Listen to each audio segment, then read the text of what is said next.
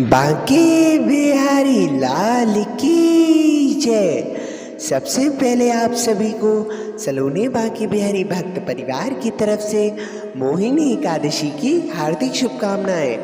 आज की इस वीडियो में मैं आप सभी को बिहारी जी के दर्शन कराऊंगा और साथ में आप सभी को मोहिनी एकादशी की व्रत कथा भी सुनाऊंगा, क्योंकि एकादशी की व्रत कथा को सुनने मात्र से ही सभी जन्मों के पाप नष्ट हो जाते हैं और पुण्य की प्राप्ति होती है। तो आप सभी इस वीडियो को पूरा देखिए और बिहारी जी के दर्शनों का आनंद लीजिए।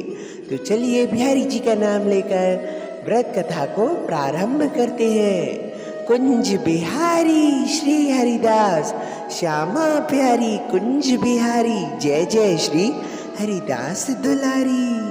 धर्मराज युधिष्ठिर कहने लगे कि हे कृष्ण, वैशाख मास के शुक्ल पक्ष की एकादशी का क्या नाम है तथा उसकी कथा क्या है, इस व्रत की क्या विधि है, ये सब मुझे विस्तार पूर्वक बताइए।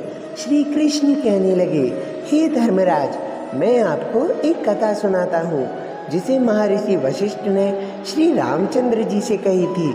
एक समय श्री राम जी बोले कि हे गुरुदेव, कोई ऐसा व्रत बताइए जिससे समस्त पाप और दुख का नाश हो जाए।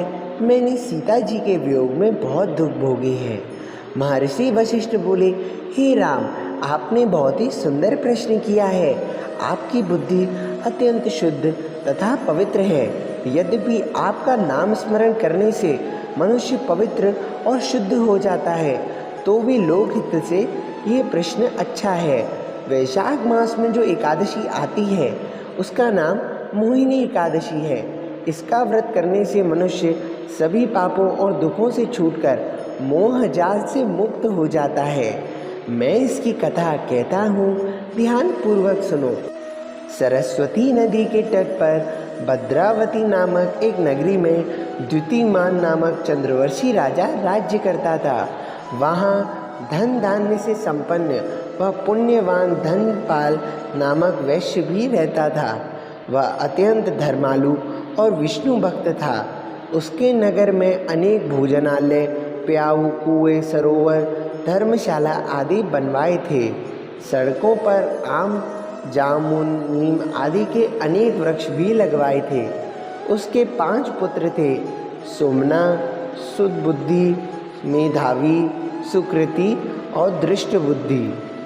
इनमें से 5वां पुत्र दृष्टबुद्धि महापापी था। वह पितर आदि को नहीं मानता था। वह वैश्या, दुराचारी, मनुष्यों की संगति में रहकर जुआ खेलता और पर स्त्री के साथ भोग विलास करता और मद्य मांस का सेवन भी करता।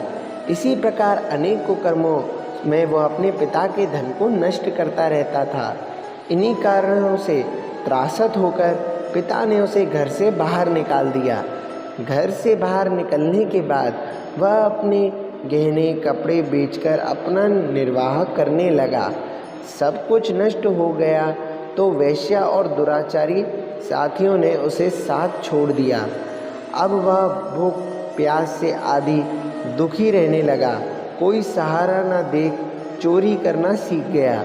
एक बार वह पकड़ा गया तो वैश्य का पुत्र जानकर चेतावनी देकर छोड़ दिया गया, मगर दूसरी बार फिर पकड़ में आ गया तो राजाज्ञा से इस बार उसे कारागार में डाल दिया गया। कारागार में उसे अत्यंत दुख दिए गए। बाद में राजा ने उसे नगरी से निकल जाने को कहा। वह नगरी से निकल वन में चला गया। वह वन में पशु पक्षियों को मारकर खाने लगा। कुछ समय पश्चात वह बहेलिया बन गया और धनुष बाण लेकर पशु पक्षियों को मार मार कर खाने लगा। एक दिन वह भूख प्यास से व्यथित होकर वहाँ खाने की तलाश में घूमता हुआ कौंडिन्य ऋषि के आश्रम में पहुँच गया। उस समय वैशाख मास था और ऋषि गंगा स्नान कर आ रहे थे। उनके भीगे वस्त्रों के छींटे उस पर पड़ने से उसे कुछ सद्बुद्धि प्राप्त हुई। वह कौंडिन्य मुनि से हाथ जोड़कर कहने लगा कि हे मुने, मैंने जीवन में बहुत पाप किए हैं। आप इन पापों से छूटने का कोई साधारण और बिना धन का उपाय बताइए। उसके दीन वचनों को सुनकर मुनि ने प्रसन्न होकर कहा कि तुम वैशाख शुक्ल की मोहिनी नाम की एकादशी का व्रत करो, इससे समस्त पाप नष्ट हो जाएंगे।